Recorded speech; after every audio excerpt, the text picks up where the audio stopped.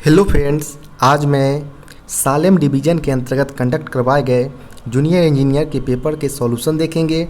इसलिए वीडियो के लास्ट तक बने रहे एवं वीडियो पसंद आए तो वीडियो को लाइक एवं चैनल को सब्सक्राइब करना ना भूलें। चलिए शुरू करते हैं। सबसे पहले देखेंगे कि यह पेपर साउदर्न रेलवे के अंतर्गत जो सालेम डिवीज़न आते हैं वहाँ पर यह पेपर जूनियर इंजीनियर पोस्ट के लिए कंडक्ट करवाया गया था, जो कि CNW मैकेनिकल डिपार्टमेंट के अंतर्गत आते हैं। अगर बात करें एग्ज़ाम डेट की तो अभी हाल ही में 21 जून 2023 को ये पेपर कंडक्ट करवाया गया था, जिसमें अगर बात करें तो कैंडिडेट को टोटल 110 प्रश्न पूछे गए थे, जिसमें कैंडिडेट को केवल और केवल 100 प्रश्न का जवाब देना था, जिसमें के लिए कैंडिडेट को 2 घंटे का समय दिया गया था और इसके लिए जो मैक्सिमम मार्क्स रखे गए थे वो 100 रखे गए थे। साथ ही साथ अगर बात करें इस पेपर को तो इस पेपर को LDC 25% कोटा के अंतर्गत कंडक्ट करवाए गए थे। आगे चलिए देखते हैं कि इस पेपर के अंतर्गत 1/3 नेगेटिव मार्किंग का भी प्रावधान किया गया था।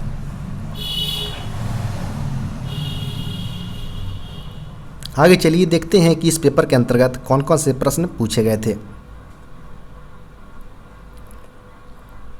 पहले प्रश्न की बात करें यहाँ पर तो transportation code of vestibule second class 3 tier sleeper coach fitted with self generating electrical equipment is, यानी जो वेस्टिबुल द्वितीय श्रेणी के 3 tier स्लीपर कोच के परिवहन कोड सेल्फ जनरेटिंग जो बिजली उपकरण से सुसज्जित होते हैं उसका जो ट्रांसपोर्टेशन कोड होगा वो कौन सा होगा।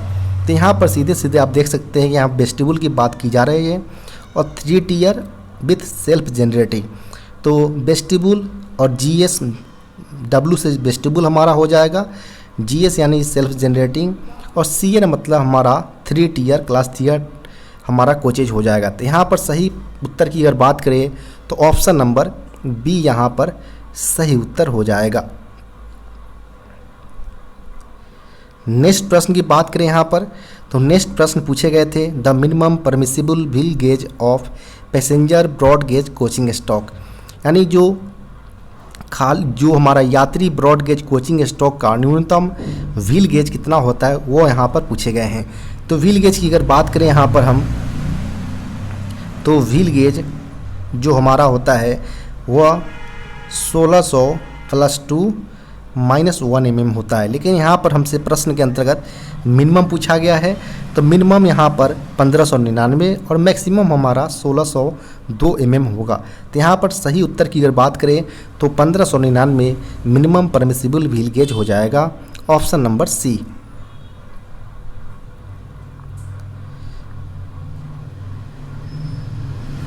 नेक्स्ट प्रश्न की बात करें यहाँ पर transportation code of the ladies compartment, यानी जो महिला डिब्बों का परिवहन कोड कौन सा होगा। तो इसका सही उत्तर हो जाएगा Y, ऑप्शन नंबर B इसका सही उत्तर हो जाएगा।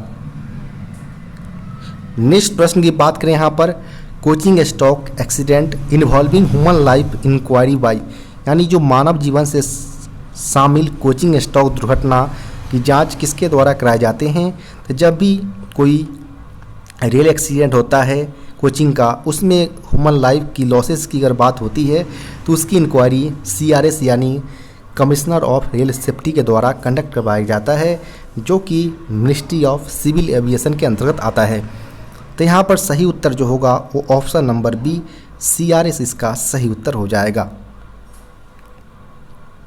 नेक्स्ट प्रश्न की बात करें yellow stripes on the end body of ICF coaches indicates, यानी ICF कोचों की इंड बॉडी पर पीली पट्टी क्या दर्शाती है। तो वह एंटी टेलीस्कोप को इंडिकेट करता है। तो यहाँ पर सही उत्तर होगा ऑप्शन नंबर D। नेक्स्ट प्रश्न यहाँ पर है what is the codal life of conventional ICF steel bodies coaches, यानी जो पारंपरिक ICF स्टील बॉडी वाले कोचों का कोडल जीवन क्या है। तो जैसे ही अगर आपसे पूछा जाए कि कोडल लाइफ स्टील बॉडी वाले ICF बॉडी की, तो इसका उत्तर आपका 25 ईयर्स हो जाएगा, ऑप्शन नंबर C।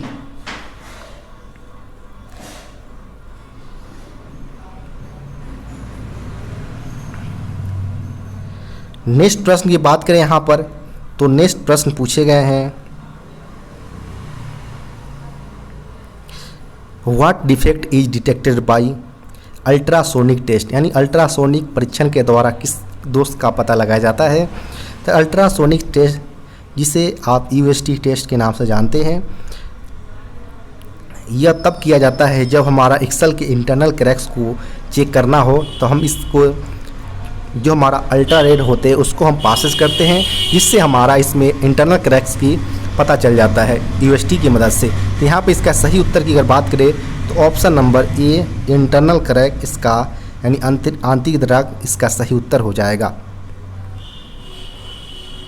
नेक्स्ट प्रश्न यहाँ पर है, at what interval the schedule B examination of a broad gauge coaches is, यानी जो ब्रॉड गेज कोच की अनुसूची बी शेड्यूल बी एग्जामिनेशन का अंतराल कौन सा होता है। तो शेड्यूल बी की अगर बात करें हम यहाँ पर, तो यह 3 मंथ ±7 डेज के अंतराल पर कराए जाते हैं। तो यहाँ पर सही उत्तर की अगर बात करें तो ऑप्शन नंबर बी इसका सही उत्तर हो जाएगा। इसके अलावा अगर बात करें कि अगर आपसे ए शेड्यूल के बारे में पूछा जाता है तो इसका सही उत्तर हो जाएगा 1 मंथ ±3 डेज होगा, जब आपसे ए शेड्यूल पूछा जाता है। जब आपसे बी शेड्यूल पूछा जाएगा तो इसका उत्तर 3 मंथ ±7 डेज होगा। नेक्स्ट प्रश्न की बात करें तो what is the purpose of manipulator, यानी मैनिपुलेटर का क्या उद्देश्य है। तो मैनिपुलेटर का उद्देश्य है for down hand welding. Option number D इसका सही उत्तर हो जाएगा। नेक्स्ट प्रश्न है, what do you mean by FRP, यानी एफआरपी से क्या समझते हैं। तो एफआरपी का फुल फॉर्म होता है फाइबर रेनफोर्स्ड प्लास्टिक। यहाँ पर सही उत्तर हो जाएगा ऑप्शन नंबर बी। नेक्स्ट प्रश्न है, the maximum standard buffer height above rail level to centre of buffer is, यानी रेल स्तर से बफर के केंद्र तक अधिकतम मानक बफर ऊंचाई कितना होगा। तो यहाँ पर बात करें मैक्सिमम स्टैंडर्ड बफर हाइट की पूछा जा रहा है फ्रॉम रेल लेवल से, तो वो 1105 mm होता है। तो यहाँ पर सही उत्तर हो जाएगा ऑप्शन नंबर सी। वहीं अगर आपसे यहाँ पर मिनिमम पूछा जाता तो इसका उत्तर होता 1030 mm।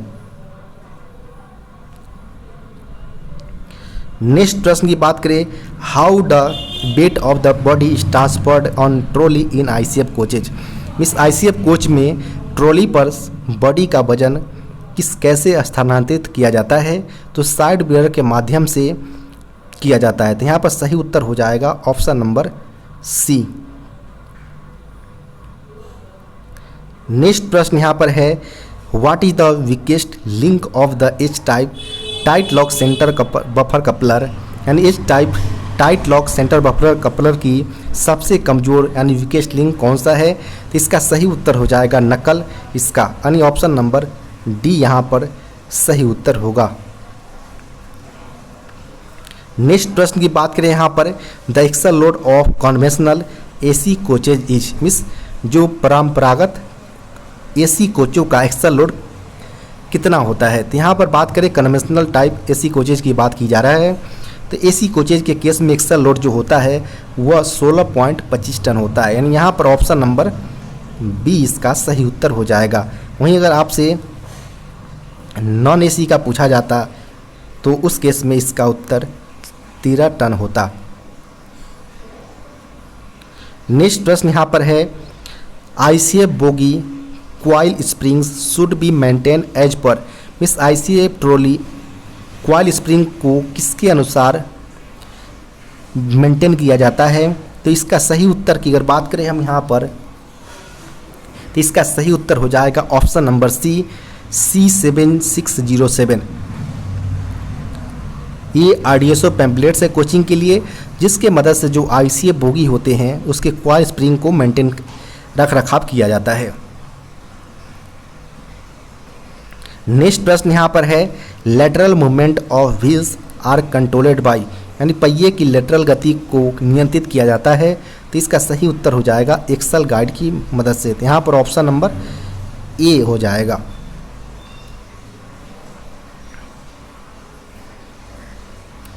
नेक्स्ट प्रश्न की बात करें यहाँ पर, तो नेक्स्ट प्रश्न पूछे गए, what is the distance between axle box stop and axle box crown bolt is called. यानी एक्सल बॉक्स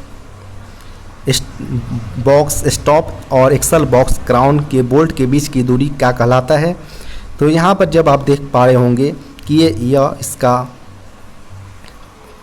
बोगी का सोल बार है ICF ट्रॉली की, और यहाँ पर उसका डैशबोर्ड स्प्रिंग लगा होता है, और इसके बीच में वो एक्सेल बॉक्स लगा होता है। यहाँ पर इसका क्राउन बोल्ट लगा होता है, और ये दोनों के बीच जो डिस्टेंस आप उसको हम ए डायमेंशन के नाम से जानते हैं। ए क्लियरेंस जिसे आप बोलते हैं वो यहाँ पर ए क्लियरेंस के हम नाम से जानते हैं।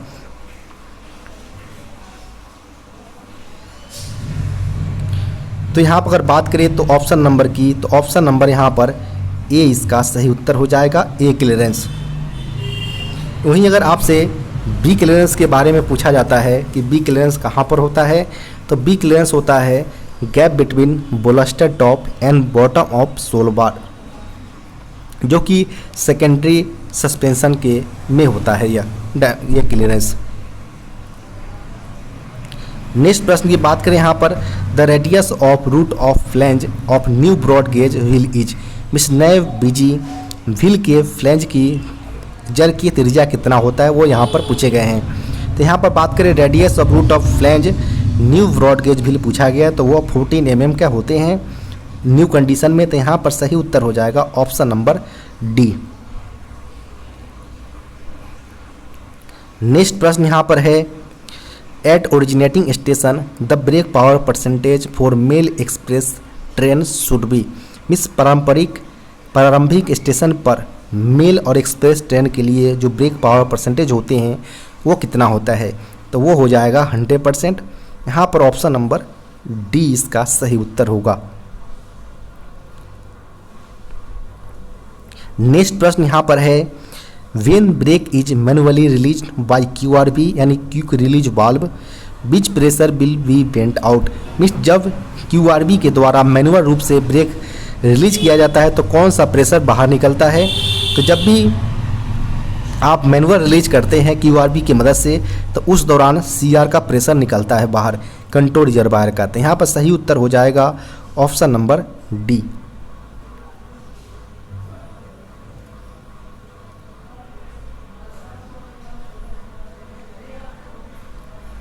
नेक्स्ट प्रश्न यहाँ पर है, during brake release air from brake cylinder goes to, यानी ब्रेक सिलेंडर जब हमारा रिलीज करते ब्रेक रिलीज, तो जो हमारा ब्रेक सिलेंडर से प्रेशर निकलता है वो कहाँ को जाता है, तो वो एटमॉस्फेयर यानी वातावरण में चला जाता है। यहाँ पर ऑप्शन नंबर ए इसका सही उत्तर हो जाएगा।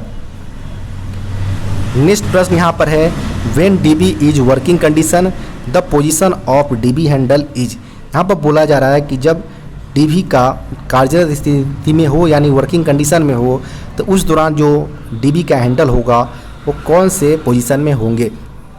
तो यहाँ पर आप बात करें, यहाँ पर इसका DB हो गया, जब ये वर्किंग कंडीशन में होगा तो उसकी हैंडल वर्टिकल कंडीशन में होगा।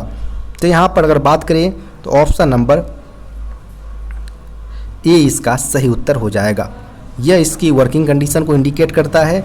वहीं अगर बात करें आइसोलेट कंडीशन की, तो आइसोलेट कंडीशन में यहाँ पर DB का हैंडल हॉरिजॉन्टल पोजीशन में करके वायर स्विच को सिक्योर कर देते हैं। नेक्स्ट प्रश्न की बात करें यहाँ पर, कंट्रोल रिजर्वायर इन एयर ब्रेक सिस्टम, यानी एयर ब्रेक सिस्टम में जो कंट्रोल रिजर्वायर लगे होते हैं उसका काम क्या होता है। तो उसका काम होता है कि जब भी हमारा ब्रेक पाइप प्रेशर ड्रॉप किया जाता है तो वो हमारा ड्रॉप प्रेशर और जो कंट्रोल रिजर्वायर में हमारा 5 kg का प्रेशर होता है, दोनों को डिफरेंस जब क्रिएट होता है तो हमारा गाड़ी में ब्रेक अप्लाई करने के लिए एलिजिबल करते हैं। तो यह ब्रेक सिस्टम को कंट्रोल करता है। तो यहाँ पर सही उत्तर हो जाएगा ऑप्शन नंबर सी। नेक्स्ट प्रश्न है, what do you mean of SCTR, यानी SCTR से क्या तात्पर्य है। तो SCTR कोचिंग के जब IOH या POH के लिए कोचेज जाते हैं तो वहाँ पर SCTR से उसकी टेस्टिंग की जाती है, यानी सिंगल कार्ड टेस्ट रे, ऑप्शन नंबर सी।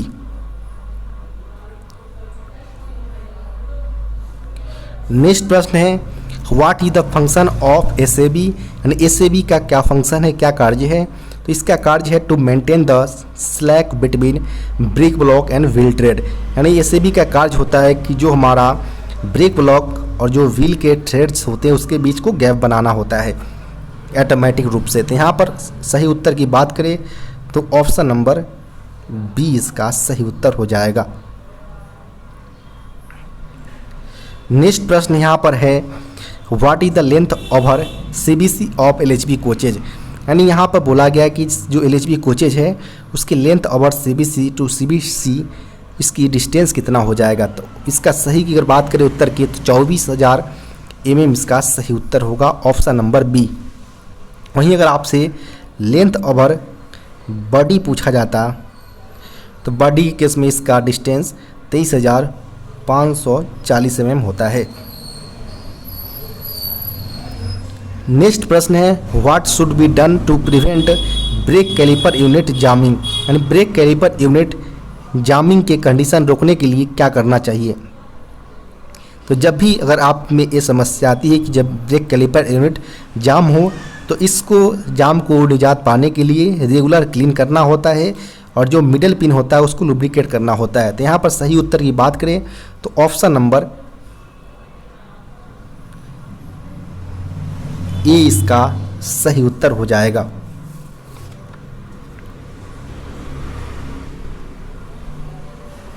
नेक्स्ट प्रश्न यहाँ पर है in LHB coaches during service application the brake should apply in, यानी एलएचबी कोचेज में जब सर्विस एप्लीकेशन की जाता है तो उस दौरान ब्रेक रिलीज होने में कितना समय लगता है। तो जब भी ब्रेक अप्लाई होते हैं तो उसको जब रिलीज़ किया जाता है कोचेज के केस में तो वो रिलीज होने में या ब्रेक अप्लाई, यहाँ पर ब्रेक अप्लाई के बारे में बात की जा रही है कि जब सर्विस एप्लीकेशन किया जाता है तो ब्रेक अप्लाई होने में वह 3 to 5 सेकेंड का समय लेता है। तो यहाँ पर ऑप्शन नंबर सी इसका सही उत्तर हो जाएगा। वहीं अगर आपसे रिलीज की अगर बात करें तो रिलीज के कंडीशन में यह 15 से 20 सेकेंड का समय कोचेज के केस में लेते हैं। नेक्स्ट प्रश्न की बात करें यहाँ पर तो what is the principle of brake system used on LHB coaches, यानी एलएचबी कोचेज पर उपयोग किए जाने वाले ब्रेक प्रणाली का सिद्धांत कौन सा है। तो एलएचबी कोच में हमारा प्रत्येक एक्सल पर डिस्क ब्रेक लगा होता है, यानी जो twin pipe with disc brake system इसका सही उत्तर हो जाएगा, ऑप्शन नंबर ए इसका सही उत्तर होगा। नेक्स्ट प्रश्न यहाँ पर है dash is provided to resist rolling motion of LHB coaches, यानी एलएचबी कोचों की रोलिंग गति को विरोध करने के लिए डैश प्रदान किया जाता है। तो इसका सही उत्तर हो जाएगा एंटी रोल बार, यानी एंटी रोल बार का प्रयोग किया जाता है ताकि जो एलएचबी कोचेज को रोलिंग मोशन से बचाया जा सके। नेक्स्ट प्रश्न यहाँ पर है 125 litres auxiliary reservoir tank in LHB coaches is used for, यानी एलएचबी कोचे में 125 लीटर का ऑक्सिलरी रिजर्वायर टैंक जो प्रदान किया होता है उसका उपयोग क्या होता है।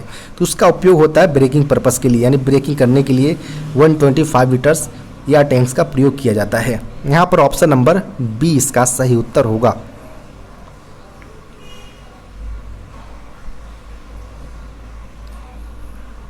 नेक्स्ट प्रश्न है when brake indicator shows red the brake will be, यानी जब भी ब्रेक इंडिकेटर लाल दिखा रहा हो तो उस कंडीशन में ब्रेक होगा अप्लाइड कंडीशन में। तो यहाँ पर सही उत्तर होगा ऑप्शन नंबर बी।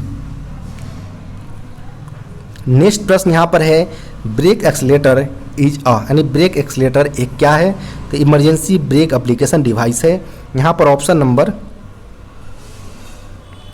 बी इसका सही उत्तर हो जाएगा, जो कि ब्रेक पाइप से कनेक्ट होता है। नेक्स्ट प्रश्न की बात करें तो नेक्स्ट प्रश्न पूछे गए हैं what is the name of cable provided for hand brake, यानी हैंड ब्रेक के लिए प्रोवाइड किए गए केबल का नाम क्या है। तो इसका नाम है फ्लेक्स बॉल केबल, यानी ऑप्शन नंबर यहाँ पर ए इसका सही उत्तर हो जाएगा। और इसके नंबर्स की बात करें फ्लेक्स बॉल केबल की तो 2 की संख्या में फ्लेक्स बॉल केबल लगे होते हैं। नेक्स्ट प्रश्न की बात करें यहाँ पर, the 99 code shown on micro processor miss, यानी माइक्रो प्रोसेसर पर दिखाए गए 99 कोड का क्या अर्थ होता है। तो 99 जब भी माइक्रो प्रोसेसर पर इंडिकेट कर रहा हो तो वह होल सिस्टम वर्किंग परफेक्टली, यानी पूरी जो सिस्टम है WSP के अंतर्गत वह सही रूप से कार्यरत है, वह इसको इंडिकेट करता है। तो यहाँ पर सही उत्तर हो जाएगा ऑप्शन नंबर ए। वहीं अगर आपसे इन माइक्रो प्रोसेसर की जो इंडिकेटर पर 72 शो कर रहा है तो परमानेंट फॉल्ट एट 1 एक्सेल पर परमानेंट फॉल्ट होगा। वहीं 73 शो कर रहा हो तो permanent fault at several axle, यानी एक से ज़्यादा एक्सेल पर इसके फॉल्ट को इंडिकेट करता है 73 कोड। नेक्स्ट प्रश्न की बात करें यहाँ पर, तो नेक्स्ट प्रश्न पूछे गए हैं, actual size of spanner required to open slack adjuster nut of nor brake cylinder in LHP coaches, यानी LHP कोचों में जो नॉर ब्रेक सिलेंडर के स्लैक एडजस्टर नट को खोलने के लिए आवश्यक स्पिनर का एक्चुअल साइज कितना होता है। तो जब भी नॉर ब्रेक सिलेंडर के जो नट लगे होते हैं उसको ओपन करना हो तो जो स्पिनर का साइज की रिक्वायरमेंट होता है वो 27 mm की रिक्वायरमेंट होता है, जिसको क्लॉकवाइज डायरेक्शन में जब घुमाते हैं तो उसको ओपन किया जा सकता है। यहाँ पर ऑप्शन नंबर बी इसका सही उत्तर होगा। नेक्स्ट प्रश्न यहाँ पर है, which type of CBC is fitted in LHP coaches, यानी LHP कोचों में किस प्रकार के CBC लगाया जाता है। तो LHP की बात की जा रहा है यहाँ पर, तो LHP के अंतर्गत H टाइप के CBC का प्रयोग किया जाता है, यानी H type tight lock centre buffer coupler का प्रयोग किया जाता है। तो यहाँ पर ऑप्शन नंबर बी इसका सही उत्तर हो जाएगा। वहीं अगर बात करें यहाँ पर कि जो वैगन लगे होते हैं मालगाड़ी के अंतर्गत E टाइप के CBC का प्रयोग किया जाता है। वहीं वंदे भारत के अंतर्गत सेमी परमानेंट जो कपलर है जो कि जर्क फ्री होता है उसको लगाया जाता है। नेक्स्ट प्रश्न की बात करें तो what is the full form of WRA, and WRA का फुल फॉर्म क्या है। तो option number B water raising apparatus इसका सही उत्तर हो जाएगा।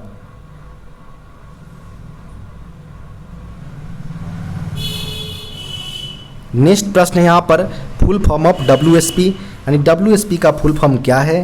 तो WSP का फुल फॉर्म है व्हील स्लाइडिंग प्रोटेक्शन। यहाँ पर ऑप्शन नंबर सी इसका सही उत्तर हो जाएगा, जिसके अंदर अगर बात करें तो speed sensor, phonic wheel, micro processor, dump valve, ये सारे डिवाइस लगे होते हैं जिसके मदद से WSP ऑपरेशन में होते हैं, यानी कार्यरत होते हैं और यह व्हील को स्किड होने से बचाते हैं। नेक्स्ट प्रश्न की बात करें यहाँ पर, तो wheel tapping is done to detect, यानी व्हील टैपिंग किसको पता लगाने के लिए किया जाता है। तो जब भी हमारा व्हील में जो कोई भी क्रैक्स वगैरह हो तो उसको पता लगाने के लिए हम टैपिंग करते हैं व्हील के ऊपर। तो यहाँ पर ऑप्शन नंबर ए इसका सही उत्तर हो जाएगा, any hair line cracks, option number A. Next प्रश्न की बात करें यहाँ पर, तो what is the purpose of providing yaw damper, यानी यो डैम्पर प्रदान करने का उद्देश्य क्या होता है। तो यो डैम्पर लगा होता है टू मिनिमाइज रोलिंग मोशन, यानी रोलिंग मोशन को कम करने के लिए यो डैम्पर्स का प्रयोग किया जाता है। यहाँ पर ऑप्शन नंबर ए इसका सही उत्तर हो जाएगा। जो यो डैम्पर होता है वो 0.2 पर बोगी लगा होता है।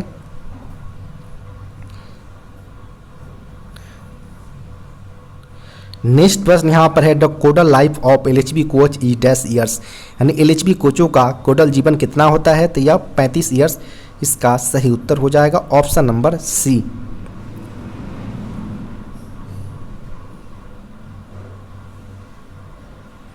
नेक्स्ट प्रश्न यहाँ पर है, D3 maintenance schedules periodicity is, यानी D3 रख रखाव अनुसूची वास्तविक जो आवधिकता होता है वो कितना होगा। तो जब भी आपसे D3 मेंटेनेंस शेड्यूल के बारे में पूछा जाए तो 180 डेज प्लस माइनस 15 डेज इसका सही उत्तर हो जाएगा, ऑप्शन नंबर डी। इसके अलावा अगर बात करें तो जो D1 शेड्यूल किए जाते हैं वो एवरी ट्रिप पर किए जाते हैं, एवरी ट्रिप के बाद इसकी D1 मेंटेनेंस किया जाता है। जबकि D2 की अगर बात करें तो D2 schedules 30 days plus minus 3 days के अंतराल पर इसके D2 मेंटेनेंस किए जाते हैं। नेक्स्ट प्रश्न है curtains and rexines seats provided on LHB coaches are, यानी LHB कोचों पर प्रदान किए गए पर्दे और रेगजीन सीट्स कि किस नेचर के होते हैं, तो वो फायर रिटारेंट होते हैं यानी अग्निरोधी। ऑप्शन नंबर यहाँ पर बी इसका सही उत्तर हो जाएगा। नेक्स्ट प्रश्न है if the dump valve continuous venting the reason may be, यानी यदि डंप वाल्व लगातार वेंट कर रहा हो, इससे प्रेशर निकल रहा हो, तो इसका कारण क्या हो सकता है? इसका कारण हो सकता है कि जो WSP का पूरा जो माइक्रो प्रोसेसर वगैरह सिस्टम उसको डायरेक्ट रूप से डिफेक्टिव हो गया हो, जिसके कारण जो हमारा डंप वाल्व है वो डायरेक्ट रूप से प्रेशर को कंटिन्यू वेंट कर रहा है। तो यहाँ पर ऑप्शन नंबर की बात करें तो ऑप्शन नंबर डी इसका सही उत्तर हो जाएगा, WSP डिफेक्टिव। नेक्स्ट प्रश्न यहाँ पर है examination of sole bar for corrosion is done in, यानी संक्षारण के लिए एकमात्र जो परीक्षण की जाते हैं तो वह कौन से शेड्यूल्स के अंतर्गत किया जाता है? तो उसका सही उत्तर हो जाएगा D3 schedules. Option number D इसका सही उत्तर हो जाएगा। नेक्स्ट प्रश्न यहाँ पर बियर सॉफ्ट शेड्यूल्स यानी SS2 शेड्यूल्स किया जाता है, यानी सॉफ्ट शेड्यूल जो किया जाता है वह 3 ईयर्स या 12 लाख किलोमीटर्स के अंतराल पर किए जाते हैं और यह केवल और केवल वर्कशॉप के अंतर्गत किया जाता है। तो यहाँ पर ऑप्शन नंबर सी इसका सही उत्तर होगा। यहाँ पर पूछा जा रहा है कि periodicity of soft schedule 3 attention, यानी जो सॉफ्ट शेड्यूल 3 अटेंशन की अधिकता क्या होता है? तो सॉफ्ट शेड्यूल 3 जो है वह 6 ईयर्स या 24 लाख किलोमीटर के अंतराल पर किए जाते हैं। तो यहाँ पर सही उत्तर हो जाएगा option number C 6 years. Next प्रश्न की बात करें तो नेक्स्ट प्रश्न पूछेगा यहाँ पर the under frame of LHB coaches is made of, यानी LHB कोचेज का अंडर फ्रेम बना होता है। तो अंडर फ्रेम की अगर बात करें तो यह IRSM 41 जिसे हम कॉटन स्टील बोलते हैं उसके मदद से अंडर फ्रेम LHB कोचेज का बनाए जाते हैं। तो यहाँ पर ऑप्शन नंबर ए इसका सही उत्तर हो जाएगा। नेक्स्ट प्रश्न की बात करें tare weight of BRN wagon, यानी BRN वैगन का जो टियर बेट होता है वो कितना होता है? यहाँ पर एक्सल लोड की बात नहीं किया जा रहा है, इसका आप ध्यान रखिए। प्रश्न के अंतर्गत यहाँ पर टियर बेट BRN का पूछा जा रहा है। तो टियर बेट की अगर बात करें BRN की तो यह 24.4 टन होता है। यहाँ पर ऑप्शन नंबर बी इसका सही उत्तर हो जाएगा। नेक्स्ट प्रश्न भी टियर बेट्स पर ही पूछा गए हैं। Tare weight of BCN wagon, तो टियर बेट BCN वैगन कर होते हैं 27.20 टन। ऑप्शन नंबर यहाँ पर सी इसका सही उत्तर होगा।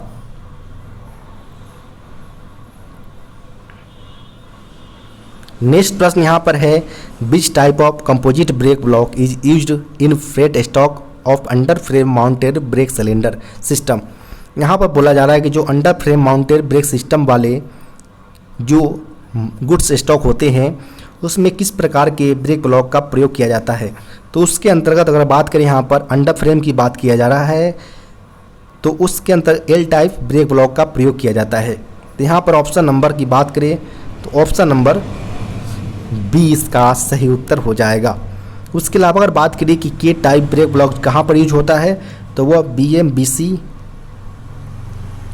और BMBS के अंतर्गत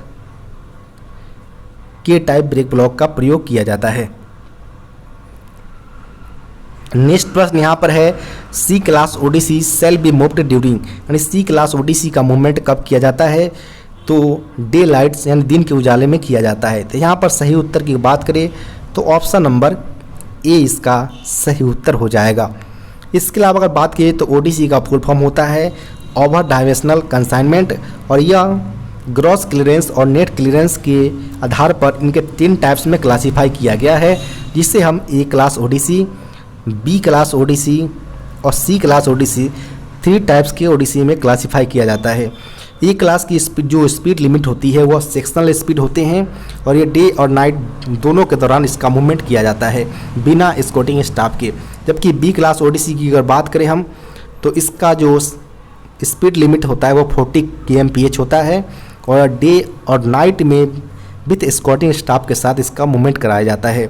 जबकि सी क्लास ओडीसी की अगर बात करें यहाँ पर तो सी क्लास ओडीसी का जो स्पीड लिमिट होता है वो 25 kmph और केवल डे लाइट में विथ एस्कॉर्टिंग स्टाफ के साथ इसका मूवमेंट कराए जाते हैं इस प्रकार के ओडीसी को।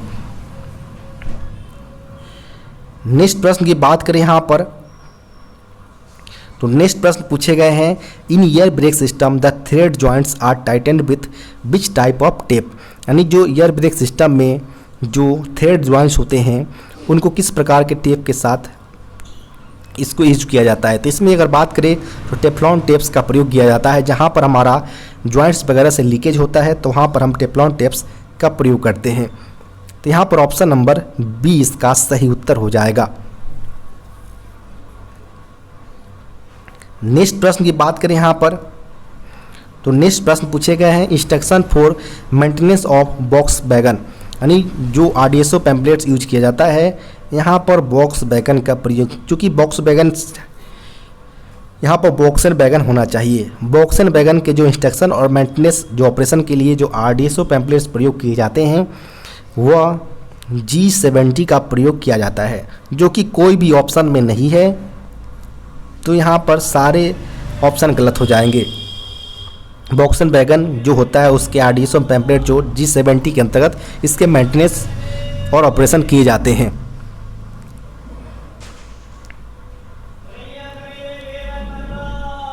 नेक्स्ट प्रश्न की बात करें यहाँ पर तो नेक्स्ट प्रश्न पूछे गए हैं, instruction for inspection and maintenance of casnub bogie what RDSO technical pamphlets is used. यानी कैसना बोगियों के निरीक्षण और रख रखाव के लिए निर्देश आरडीएसओ के तकनीकी पैम्पलेट्स का क्या उपयोग किया जाता है। तो यहाँ पर बात करें तो इंस्पेक्शन और मेंटेनेंस ऑफ कैसना बोगी के बारे में बात किया जा रहा है। इसके लिए जो आरडीएसओ पैम्पलेट्स जो यूज किया जाता है वह G95 का प्रयोग किया जाता है। तो यहाँ पर सही उत्तर की बात करें तो ऑप्शन नंबर डी इसका सही उत्तर हो जाएगा। वही G97 के अंतर्गत एयर ब्रेक सिस्टम का इंस्पेक्शन और मेंटेनेंस देखा जाता है, जो कि अगले प्रश्न में पूछ लिया गया है, इंस्पेक्शन और मेंटेनेंस ऑफ एयर ब्रेक। तो यहाँ पर ऑप्शन नंबर ए इसका सही उत्तर हो जाएगा। और नेक्स्ट प्रश्न जो पूछे गए हैं, इंस्पेक्शन और मेंटेनेंस ऑफ CTRB के बारे में पूछा गया है, इंस्पेक्शन और मेंटेनेंस से रिलेटेड। तो CTRB का जो मेंटेनेंस किया जाता है वो G81 आरडीएसओ पैम्पलेट्स के अंतर्गत किया जाता है। तो यहाँ पर जो इसका उत्तर होगा वो ऑप्शन नंबर बी हो जाएगा। तो यहाँ पर आप देख पा रहे हो कि काफ़ी 3-4 प्रश्न यहाँ पर आरडीएसओ पैम्पलेट से पूछ लिया गया है, जो कि काफ़ी इंपॉर्टेंट टॉपिक्स के अंतर्गत आते हैं। जैसे यहाँ पर कैसना बोगी G95 हो गए, एयर ब्रेक सिस्टम से हो तो G97, CTRB से अगर रिलेटेड हो तो G81। इसके अलावा अगर बात करें हम कि जो हमारा G90 है वह BTPN के मेंटेनेंस से रिलेटेड होता है, जबकि G86 हमारा BTPGLN जो हमारा गैस वाले टैंक होते हैं उसके मेंटेनेंस से रिलेटेड होता है। G73 जो होता है वो हमारा बॉम्बार्डियर वैगन से रिलेटेड होता है, जबकि G71 हमारा फॉस्फोरिक एसिड टैंक वैगन के मेंटेनेंस से रिलेटेड आरडीएसओ पैम्पलेट्स है। नेक्स्ट प्रश्न की बात करें यहाँ पर तो नेक्स्ट प्रश्न जो पूछे गए हैं, the mini rakes will have composition of minimum. जो मिनी रेक तैयार किया जाता है ऑपरेटिंग डिपार्टमेंट के द्वारा तो वह कितने वैगनों को तैयार किया जाता है। तो यह जो मिनी रेक तैयार किया जाता है वो केवल और केवल कवर्ड वैगन के लिए एलिजिबल होता है, अप्लीकेबल होता है। और इसमें जो मिनी रेक्स की अगर बात किया जा रहा है तो वह मिनिमम 20 वैगन का प्रयोग किया जाना चाहिए। तो यहाँ पर ऑप्शन नंबर बी इसका सही उत्तर हो जाएगा। नेक्स्ट प्रश्न की बात करें यहाँ पर, as per new wagon numbering scheme first 2 digits will indicates. नए वैगन नंबरिंग योजना के अनुसार पहले 2 अंक किसको इंगित करता है, यानी फर्स्ट 2 डिजिट्स। चूँकि आप जानते हैं कि नए वैगन वाले जो नंबरिंग स्कीम टोटल 11 अंकों का होता है, जिसमें पहले और दूसरे अंक उसके टाइप ऑफ वैगन को इंडिकेट करता है, यानी वो बॉक्सन है, बीसीएन है, बीटीपीएन वैगन है या बीआरएम वैगन है, उसको इंडिकेट करता है। तो यहाँ पर इसका सही उत्तर की बात करें तो option number B type of wagon in wagon के प्रकार को इंडिकेट करेगा फर्स्ट 2 डिजिट्स। वहीं नेक्स्ट प्रश्न भी पूछा गया है, वैगन नंबरिंग सिस्टम के आधार पर 5th 6th जो डिजिट होते हैं वह किसको इंडिकेट करता है। तो जो हमारा 3rd और 4th जो पैलेस होता है वैगन नंबरिंग सिस्टम का, वो रेलवे को दर्शाता है कि यह एनसीआर का है, डब्ल्यूआर या एनआर का वैगन बना हुआ है। जबकि जो 5वें और 6ठे डिजिट होते हैं वह मैन्युफैक्चर ईयर को इंडिकेट करता है कि जैसे कोई वैगन 2020 में बना हो तो उसके लिए कोड 20 को इंडिकेट करेगा। तो यहाँ पर सही उत्तर जो होगा वो ऑप्शन नंबर सी हो जाएगा, जो कि 5th और 6th डिजिट को इंडिकेट करेगा वैगन नंबरिंग स्कीम के अंतर्गत। नेक्स्ट प्रश्न की बात करें यहाँ पर, what do you mean by CC rack, यानी सीसी रैक से क्या समझते हैं। तो सीसी रैक का फुल फॉर्म होता है क्लोज सर्किट या फ्रेट स्टॉक एग्जामिनेशन में यूज किया जाता है। और इसमें अगर बात करें तो यहाँ पर option number be close circuit rack इसका सही उत्तर हो जाएगा। और इसमें जो बीपीसी इशू किए जाते हैं सीसी रैक के अंतर्गत वो 100% ब्रेक पावर ओरिजिनेटिंग स्टेशन पर होता है, जबकि इनरूट के अंतर्गत इसकी ब्रेक पावर 90% और यह येलो कलर बीपीसी पर इसकी बीपीसी इशू किए जाते हैं। साथ ही साथ इसकी जो वैलिडिटी की अगर बात करें तो इसकी वैलिडिटी 30+5 डेज होता है फॉर 7500 किलोमीटर्स के लिए, जबकि 35+5 डेज होता है वह 10,000 किलोमीटर्स के लिए इसकी वैलिडिटी होता है। जबकि अगर बात करें सीसी रैक की एग्जामिनेशन के लिए 100 मैन आवर पर रैक की रिक्वायरमेंट होता है। नेक्स्ट प्रश्न की बात करें यहाँ पर तो नेक्स्ट प्रश्न जो पूछे गए हैं वो the high capacity of draft gears, यानी जो उच्च क्षमता वाले ड्राफ्ट गियर्स होते हैं वो कौन से यहाँ 4 ऑप्शन में से होंगे। तो मेनली जो हमारा हाई कैपेसिटी वाले ड्राफ्ट गियर होते हैं वो मार्क 50 और RF 361 होता है। तो यहाँ पर आप एक ही देख पा रहे होंगे RF 361, तो यहाँ पर उत्तर इसका ए हो जाएगा RF 361।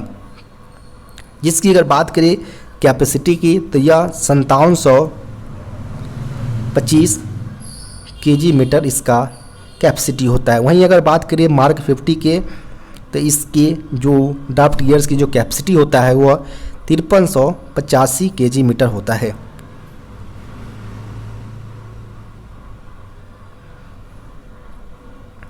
नेक्स्ट प्रश्न की बात करें यहाँ पर, the tractive efforts of the loco to the individual wagons is transmitted with the help of, यानी लोको को के बीच जो इंडिविजुअल वैगन्स में जो उसके जर्क ट्रांसमिटेड होते हैं वो किसके मदद से होते हैं। तो उसका सही उत्तर होगा ड्रॉ गियर के मदद से। ऑप्शन नंबर बी इसका सही उत्तर होगा। नेक्स्ट प्रश्न यहाँ पर है, clevis and clevis pin are the parts of, यानी क्लेविस और क्लेविस पिन किसके पार्ट्स है। तो ये ट्रांजिशन कपलर के पार्ट्स होते हैं। ऑप्शन नंबर यहाँ पर सी इसका सही उत्तर हो जाएगा।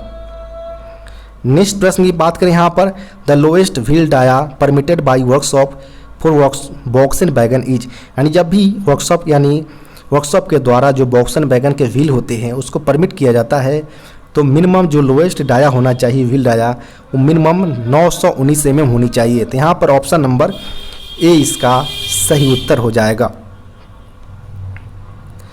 नेक्स्ट प्रश्न की बात करें यहाँ पर, the कंडमिंग diameter of wheel of BCN wagon, यानी बीसीएन वैगन के पहिए का कंडमिंग डायमीटर पूछा गया है। तो बॉक्सन हो या बीसीएन या बीटीपीएन वैगन, इनकी जो न्यू डायमीटर होता है वो 1000 mm, कंडमिंग आपसे पूछा जाए तो यह 906 mm पर इसको हम सर्विस से हटा देते हैं। तो यहाँ पर आपसे कंडमिंग पूछा गया था तो 906 mm ऑप्शन नंबर बी इसका सही उत्तर होगा। नेक्स्ट प्रश्न यहाँ पर है, what is the an integrated portion of the axle, यानी जो एक्सल के जो इंटीग्रेटेड पोर्शन होते हैं वो क्या कौन सा होता है। तो वो हो जाएगा जर्नल इसको बोलेंगे, यानी ऑप्शन नंबर सी इसका सही उत्तर होगा। नेक्स्ट प्रश्न यहाँ पर है, the CTRB is mounted on the axle journal with dash fit, यानी जो CTRB को डैश फिट के साथ एक्सल जर्नल पर रखा गया है, जो फिट किया जाता है वो कौन से फिट से फिट किया जाता है, जो CTRB को जब माउंट किया जाता है एक्सल के ऊपर, तो यहाँ पर इंटरफ्रेंस फिट का यूज किया जाता है। यहाँ पर ऑप्शन नंबर डी इसका सही उत्तर होगा।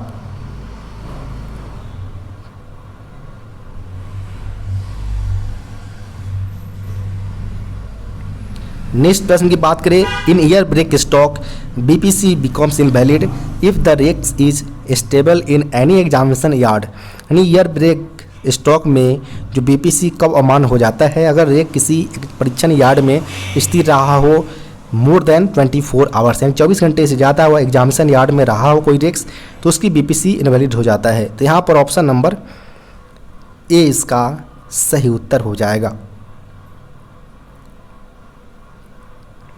नेक्स्ट प्रश्न यहाँ पर है, for testing air pressure locomotive the test plate holes diameter is, यानी एयर ब्रेक लोकोमोटिव्स के परीक्षण के लिए टेस्ट प्लेट पर जो व्यास कितना होता है, तो इसके जो टेस्ट प्लेट की जो होल डायमीटर्स का व्यास होता है लोकोमोटिव्स के लिए वो 7.5 mm होता है। तो यहाँ पर ऑप्शन नंबर बी इसका सही उत्तर हो जाएगा। नेक्स्ट प्रश्न की बात करें, the diameter distance between the control rod head and the barrel of SAB is named as, यानी जो कंट्रोल रड हेड है और बैरल ऑफ SAB के बीच की जो गैप होता है उससे हम ए डायमेंशन के नाम से जानते हैं। तो यहाँ पर ऑप्शन नंबर सी इसका सही उत्तर हो जाएगा। और ए डायमेंशन जो होता है वह 70 + 2 - 0 mm ऑल टाइप ऑफ कैसनब होगी। वहीं बॉब के केस में यह 27 + 2 - 0 mm होता है। नेक्स्ट प्रश्न यहाँ पर है, the brake power of special premium brake from the nodal point is, यानी नोडल पॉइंट से स्पेशल प्रीमियम ब्रेक्स के लिए जो ब्रेक पावर परसेंटेज होता है वो कितना होता है। तो जब भी अगर आपसे स्पेशल प्रीमियम ब्रेक्स के बारे में अगर ब्रेक पावर परसेंटेज पूछा जाता है तो शुरुआती पॉइंट से इसकी जो ब्रेक पावर परसेंटेज होता है वो 100% होना चाहिए। तो यहाँ पर ऑप्शन नंबर डी इसका सही उत्तर हो जाएगा। और यह स्पेशल प्रीमियम ब्रेक्स जो है वो केवल और केवल BCN वैगन के लिए यूज किया जाता है। साथ ही साथ अगर बात करें इसकी वैलिडिटी की, तो इसका वैलिडिटी जो होता है वह 20 + 5 डेज की इसकी वैलिडिटी होता है स्पेशल प्रीमियम ब्रेक्स की। 25 दिन के बाद अगर वह लोडेड स्थिति में भी हो, अगर स्पेशल प्रीमियम रेक्स के जो रेक्स होते हैं तो उसको एग्जामिनेशन TXR पॉइंट पर देना अनिवार्य है, जिस डायरेक्शन में उसके मूवमेंट हो रही हो गाड़ी को। नेक्स्ट प्रश्न की बात करें यहाँ पर, if brake blocks is not releasing dash pin is removed to release the rakes, यदि ब्रेक ब्लॉक्स जारी न हो रहा हो तो ब्रेक्स जो है रिलीज करने के लिए कौन से पिन को हम निकालते हैं, तो जो हमारा पुल डट पिन होता है उसको हम निकाल देते हैं, जिससे हमारा अंतिम स्थिति में ब्रेक रिलीज हो जाता है। इससे पहले भी कई सारे स्टेप्स है जिसको आप फॉलो करें, उससे भी आपको गाड़ी रिलीज हो जाएंगे। यहाँ पर आपका सही उत्तर हो जाएगा pull rod pin, option number C इसका सही उत्तर होगा। नेक्स्ट प्रश्न यहाँ पर है, which type of steel are used in side frame column friction plate of casnub bogie, यानी कैसना बोगी के साइड फ्रेम के कॉलम कर्षण प्लेटों में किस प्रकार के स्टील का उपयोग किया जाता है। यहाँ पर जैसे ही अगर बात करें टाइप्स ऑफ स्टील की बात किया जा रहा हो side frame column friction plates के अंतर्गत, तो इसके अंतर्गत सिल्को मैग्नीज स्टील का प्रयोग किया जाता है। यहाँ पर ऑप्शन नंबर सी इसका सही उत्तर हो जाएगा।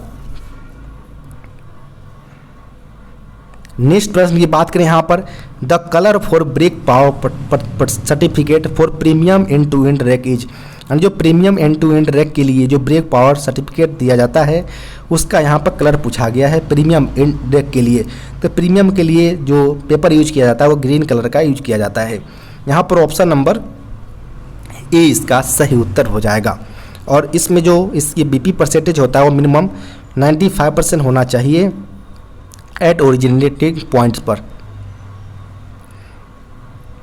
नेक्स्ट प्रश्न की बात करें यहाँ पर, तो what is the colour of BPC of air brake CC rakes, यानी सीसी रैक के लिए यहाँ पर पूछा गया है।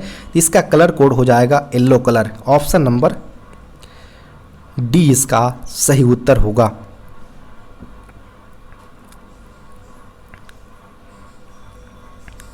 नेक्स्ट प्रश्न की बात करें यहाँ पर, the type of joints for FP and BP in freight stock is, यानी फ्रेट स्टॉक में एफपी यानी फीड पाइप और ब्रेक पाइप्स के लिए जो ज्वाइंट्स जो टाइप्स यूज किए जाते हैं उसको हम क्या बोलते हैं। जो हमारा जहाँ ज्वाइंट्स होते हैं एफपी और बीपी के लिए उसे हम फ्लैंज बोलते हैं। तो यहाँ पर हमारा ऑप्शन नंबर बी इसका सही उत्तर हो जाएगा। नेक्स्ट प्रश्न यहाँ पर है, द ईएलबी यानी empty loaded box device indicator plate shows, यानी जो एम्प्टी लोडेड डिवाइस जो प्लेट होते हैं संकेतक को क्या दिखाता है। तो येलो वाले जो होते हैं हमारा जो कन्वेंशनल टाइप हमारा बीसीएन बॉक्स एंड वैगन जो हमारा है उसमें हमारा इस तरह से हमारा हैंडल लगा होता है। तो इस तरफ हमारा ब्लैक येलो कलर होता है और यह हमें एम्प्टी इंडिकेट करता है, जबकि इस तरफ हमारा अगर जैसे हैंडल अगर मूवमेंट करते हैं हम तो यह हमारा ब्लैक कलर इस तरफ हमारा होता है कोड, और यह हमारा लोडेड कंडीशन को इंडिकेट करता है। तो यहाँ पर सही उत्तर की बात करें तो ऑप्शन नंबर ए इसका सही उत्तर होगा। नेक्स्ट प्रश्न यहाँ पर है, कंडमिंग diameter of BLC wheel is, यानी बीएलसी व्हील सेट के व्यास की कंडमिंग डाया कितना होता है। तो जो हमारा बीएलसी वैगन के अंतर्गत जो व्हील प्रयोग किया जाता है उसके न्यू डायमेंशन हमारा 840 mm और कंडमिंग 780 mm पर हम कर देते हैं। तो यहाँ पर हमसे कंडमिंग पूछा गया था, तो कंडमिंग हमारा हो जाएगा 780 mm, option number D. Next प्रश्न यहाँ पर है, for lifting the container force required to lift the container on automatic twist lock. चूँकि हम जानते हैं जो हमारा बीएलसी जो हमारा रेक्स होते हैं वो हमारा एक यूनिट 5 कार्स का होता है, जिसके दोनों एंड पर हमारा 2A कार और बीच में हमारा 3B कार लगा होता है, जिसमें हमारा पर कार पर 8 ATL यानी ऑटोमेटिक ट्विस्ट लॉक लगे होते हैं, जिसका काम होता है कंटेनर को लॉक करना। तो वो यहाँ पर प्रश्न यहाँ पर पूछे जा रहे हैं कि जो हम कंटेनर जब रखेंगे तो उसको जो हमारा अनलॉक करने के लिए हमें कितने फोर्स की रिक्वायरमेंट होगा, यानी लिफ्टिंग करने के लिए। जब लिफ्ट हम तभी कर पाएंगे जब हम ATL को अनलॉक करना होगा। तो अनलॉक करने के लिए हमें जो फोर्स की रिक्वायरमेंट होता है वो हमें 1000 kg की रिक्वायरमेंट होता है। तो यहाँ पर ऑप्शन नंबर बी इसका सही उत्तर हो जाएगा। इसके अलावा अगर बात करें हम तो इसको लॉक करने के लिए 600 kg की वेट का रिक्वायरमेंट फोर्स का रिक्वायरमेंट होता है, तब जाके ATL लॉक होता है, जबकि अनलॉक के केस में यह 1000 kg फोर्स की रिक्वायरमेंट होता है। नेक्स्ट प्रश्न यहाँ पर है, how many automatic twist lock used in BLC wagon, यानी बीएलसी वैगन में प्रत्येक कार के अंतर्गत 8 ATL लगे होते हैं। तो यहाँ पर ऑप्शन नंबर बी इसका सही उत्तर हो जाएगा, जिसको मेंटेनेंस करने के लिए RDSO पैम्पलेट G100 का प्रयोग किया जाता है।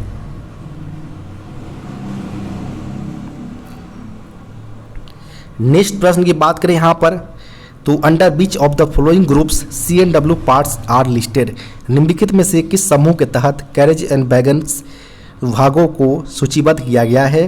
तो जैसे ही अगर बात करें CNW पार्ट्स के लिए यहाँ पर बोला जा रहा है जो कि स्टॉक आइटम्स में हम जब PL नंबर प्रयोग करते हैं प्राइस लिस्ट नंबर तो वो 8 अंकों का होता है, जिसमें यहाँ पर पहले और 2 अंक जो हो गए वो डिपार्टमेंट को इंडिकेट करता है, यानी मेन ग्रुप को इंडिकेट करता है।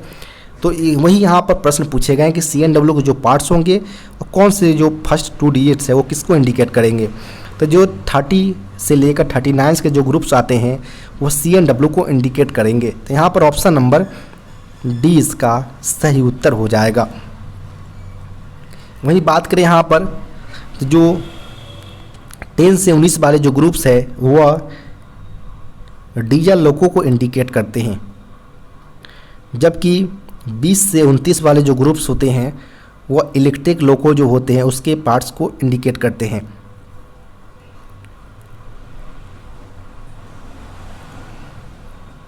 नेक्स्ट प्रश्न है passenger amenities in coaches can be classified as dash item, यानी कोचों में यात्री सुविधाओं को डैश आइटम के रूप में वर्गीकृत किया गया है। तो जो हमारा कोचेज के अंतर्गत पैसेंजर एमिनिटी लगे होते हैं आइटम्स, उसको हम इसेंशियल आइटम के तौर पर क्लासीफाई करते हैं। तो यहाँ पर ऑप्शन नंबर 20 का सही उत्तर हो जाएगा। नेक्स्ट प्रश्न की बात करें यहाँ पर, तो नेक्स्ट प्रश्न जो पूछे गए हैं, the item which is required regularly is classified as, यानी जो नियमित रूप से आवश्यक आइटम्स को डैश रूप में वर्गीकृत किया गया है। तो जैसे ही हम अगर बात करें रेगुलरली हमें जिस आइटम की रिक्वायरमेंट होगा उससे हम स्टॉक आइटम के तौर पर क्लासीफाई करते हैं, जिसका एक पीएल नंबर होता है यानी प्राइस लिस्ट नंबर, और उसमें अलग अलग ग्रुप्स में वह डिवाइडेड होते हैं, जैसे मेन ग्रुप्स, सब ग्रुप्स, सीरियल नंबर और उसके चेक डिजिट्स होते हैं। यहाँ पर इसका सही उत्तर ऑप्शन नंबर ए इसका सही उत्तर हो जाएगा, स्टॉक आइटम। नेक्स्ट प्रश्न यहाँ पर है the electronics and mechanical equipments that make up a computer are called. यहाँ पर बोला जा रहा है कंप्यूटर बनाने वाले इलेक्ट्रॉनिक्स और मैकेनिकल उपकरणों को क्या कहा जाता है। तो जैसे अगर बात करें कि कोई भी इलेक्ट्रॉनिक और मैकेनिकल इक्विपमेंट जो कि बनाता है कंप्यूटर, उसे हम हार्डवेयर बोलते हैं। यहाँ पर ऑप्शन नंबर 20 का सही उत्तर हो जाएगा। हार्डवेयर के तौर पर अगर बात करें तो हमारा सीपीयू, मॉनिटर, माउस, कीबोर्ड, जो ये सारे आइटम्स होते हैं वो सारे हमें हार्डवेयर के तौर पर जाने जाते हैं। नेक्स्ट प्रश्न यहाँ पर है कि what does CPU stands for, और सीपीयू जो कि कंप्यूटर्स का हार्डवेयर का पार्ट्स है, वो इसका फुल फॉर्म होता है सेंट्रल प्रोसेसिंग यूनिट। यहाँ पर ऑप्शन नंबर ए इसका सही उत्तर हो जाएगा।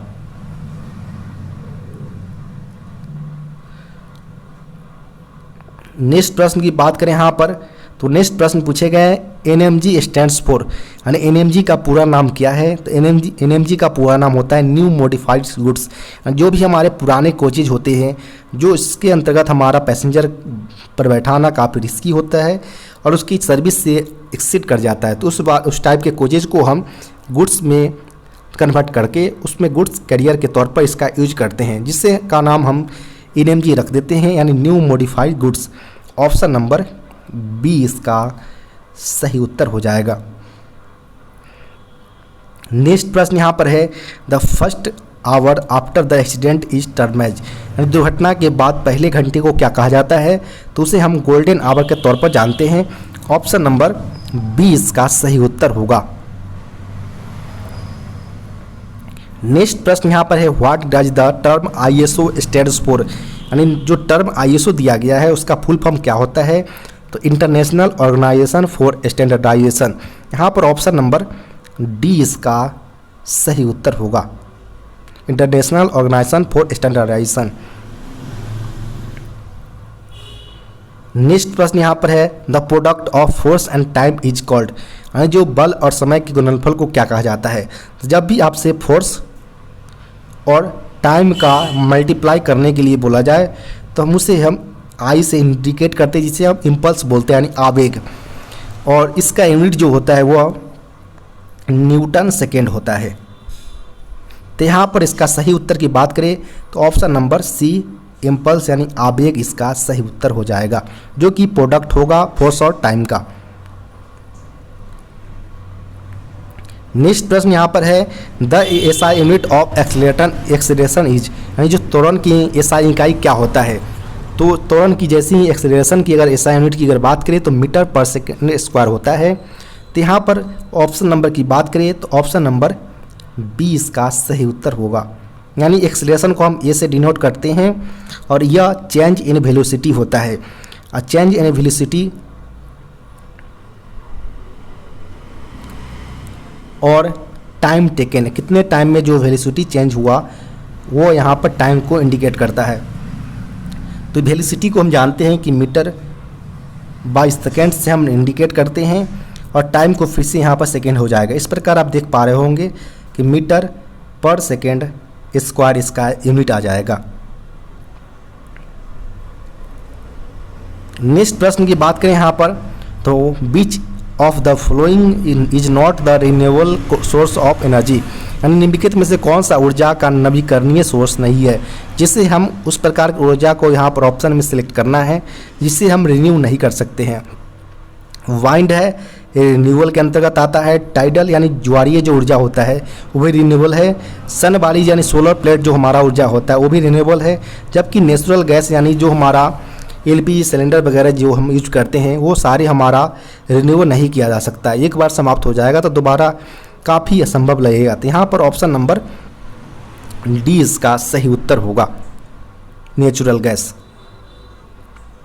नेक्स्ट प्रश्न यहाँ पर है, कन्वर्ट 25.4 mm इनटू इंचेज, यानी यहाँ पर बोला जा रहा है कि 25.4 मिलीमीटर्स को इंच में बदलना है। तो चूंकि आप जानते हैं कि 1 इंच बराबर सीधे सीधे 25.4 mm होता है। तो यहाँ पर आपका उत्तर ऑप्शन नंबर डी 1 इंच हो जाएगा।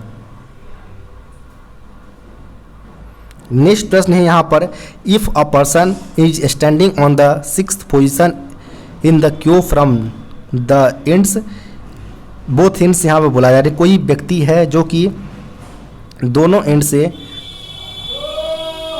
छठे स्थान पर खड़ा है, तो इस प्रकार टोटल संख्या 12 हो जाएगा और वो पर्सन 2 बार काउंट हो रहा है तो 1 घटा देंगे। तो यहाँ पर आपका टोटल संख्या जो कि क्यू यानी कतार में 11 की संख्या में होंगे, यानी ऑप्शन नंबर बी इसका सही उत्तर हो जाएगा, 11।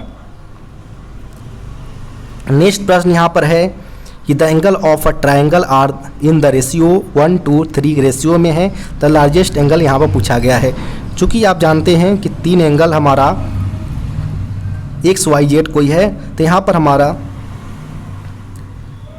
x + 2x + 3x, चूँकि आप जानते हैं कि sum of all angles of triangle is equal to 180 के इक्वल होता है।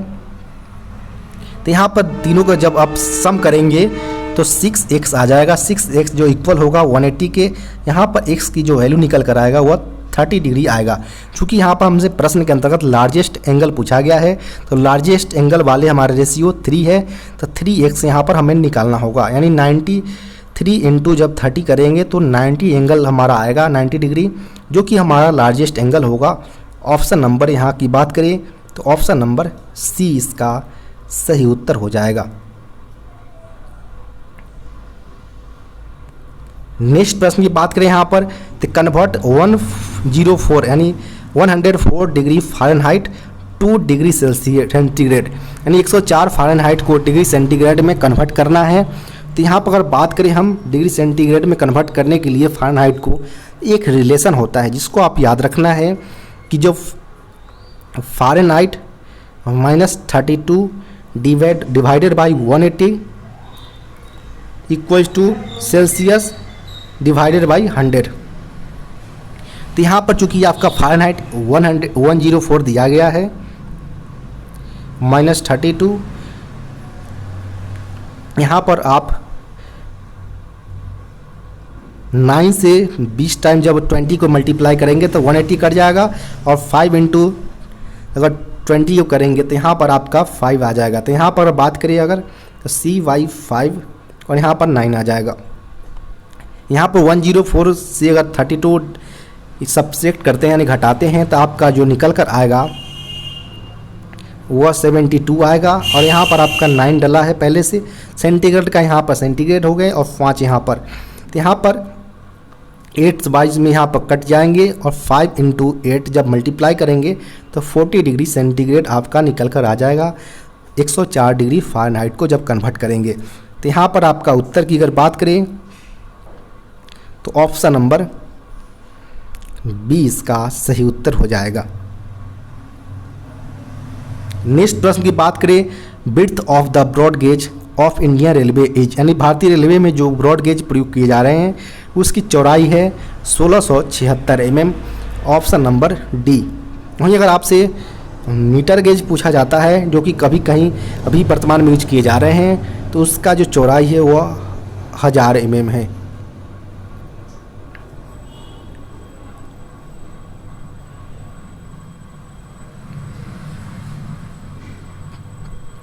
नेक्स्ट प्रश्न की बात करें यहाँ पर, the person of the material which enables to resist abrasion and indentations is known as, यानी जो सामग्री का गुण जो घर्षण और इंडिटेंशन को विरोध करने से सक्षम बनाता है उसको क्या किस रूप में जाना जाता है। तो यहाँ पर अगर बात करें हम कि वो प्रॉपर्टी मटेरियल की जो इनेबल करता है रेसिस्ट करने से एब्रेजन और इंडेंटेशन के रूप में, तो उसे हम हार्डनेस के तौर पर जानते हैं। यहाँ पर ऑप्शन नंबर आपका बी सही उत्तर हो जाएगा।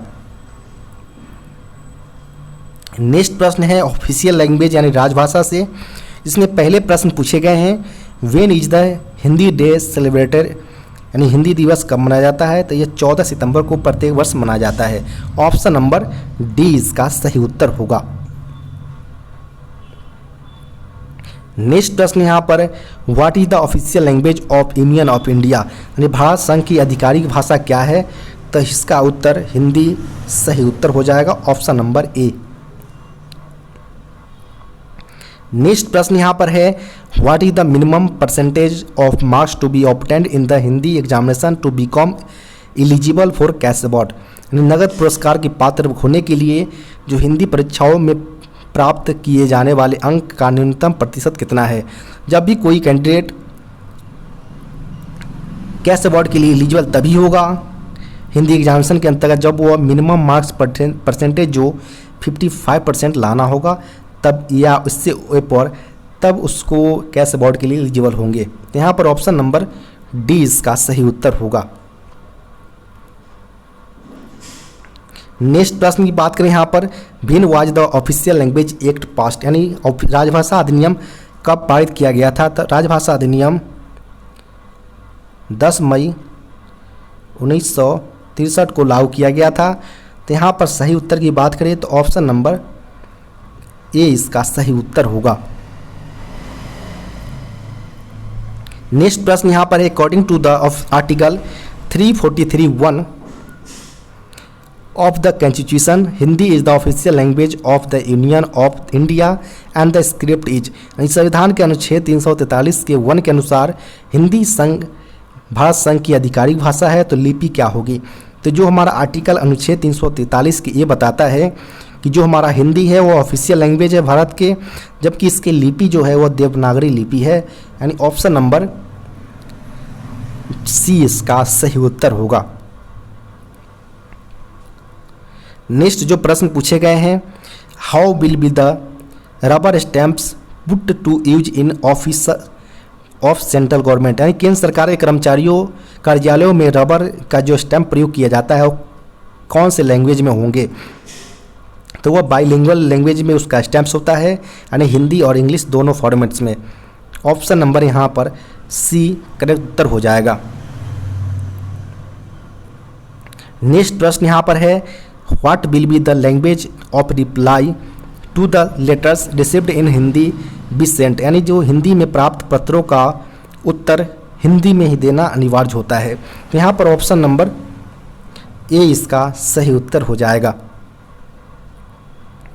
नेक्स्ट प्रश्न यहाँ पर है, who is the chairman of the official language implementation committee OLIC of the southern railway headquarters, यानी जो हमारा इम्प्लीमेंटेशन कमेटी होता है साउदर्न रेलवे हेडक्वार्टर्स के ऑफिशियल लैंग्वेज का, उसका चेयरमैन हमारा जोनल स्तर पर GM होते हैं, यानी जनरल मैनेजर, यानी ऑप्शन नंबर यहाँ पर सी इसका सही उत्तर होगा। नेक्स्ट प्रश्न की बात करें तो annual programme of official language is prepared by, यानी जो एनुअल प्रोग्राम होते हैं ऑफिशियल लैंग्वेज के वो होम मिनिस्ट्री यानी गृह मंत्रालय के द्वारा तैयार किया जाता है। यहाँ पर ऑप्शन नंबर बी इसका सही उत्तर होगा। नेक्स्ट प्रश्न की बात करें तो विच of the following does not comes under section 33 of the official language act 1963, यानी निम्नलिखित में से जो कौन सा राजभाषा अधिनियम 1963 की धारा 3(3) का हिस्सा नहीं है। चूँकि आप जानते हैं कि ऑफिशियल लैंग्वेज एक्ट के अंतर्गत जो सेक्शन 33 के अंतर्गत टोटल जो डॉक्यूमेंट का प्रयोग किया गया है वो टोटल 14 डॉक्यूमेंट का यूज किया जाता है, जिसका प्रयोग हिंदी और इंग्लिश दोनों लैंग्वेज में करना अनिवार्य होता है। और इसकी जिम्मेवारी साइनिंग अथॉरिटी, जो अधिकारी इस पर साइन कर रहा हो, उसकी जिम्मेवारी रिस्पॉन्सिबिलिटी होता है। इसमें अगर बात करें हम कि जो इसमें 4 ऑप्शन दिए गए हैं, अब पूछा जा रहा है कि जो 14 डॉक्यूमेंट्स आते हैं सेक्शन 33 के अंतर्गत वो उनमें से कौन सा नहीं होगा। चूँकि बात करें हम सेक्शन 33 के 14 डॉक्यूमेंट्स के बारे में, तो पहले डॉक्यूमेंट्स होता है जनरल ऑर्डर्स, जिसे हम समान आदेश बोलते हैं। सेकंड होता है हमारा जनरल नोटिफिकेशन यानी समान अधिसूचनाएं। थर्ड होता है हमारा नोटिसेज यानी सूचनाएं। फोर्थ होता है हमारा प्रेस कॉमिक्स या प्रेस नोट्स जिसे बोलते हैं। पांचवा हमारा होता है कॉन्ट्रैक्ट्स यानी जिसे हम संविदा बोलते हैं। छठे होता है हमारा एग्रीमेंट्स। सातवां हमारा होता है लाइसेंसेज। आठवां होता है हमारा परमिट्स। नौवां हमारा होता है टेंडर फॉर्म्स एंड नोटिसेज। 10वीं की अगर बात करें तो रिजोल्यूशंस यानी जिसे हम संकल्प बोलते हैं। 11वें की बात करें तो रूल्स होते हैं। 12वां हमारा होता है ऑफिशियल डॉक्यूमेंट्स या पेपर लेट बिफोर पार्लियामेंट यानी वैसा डॉक्यूमेंट जिसे हमें पार्लियामेंट के सामने रखना पड़ता है, उस हमारा आते हैं। 13वीं की अगर बात करें तो official documents other reports laid before the parliament यानी अदर ऑफिशियल डॉक्यूमेंट जिसे हमें पार्लियामेंट के सामने रखना पड़ता है।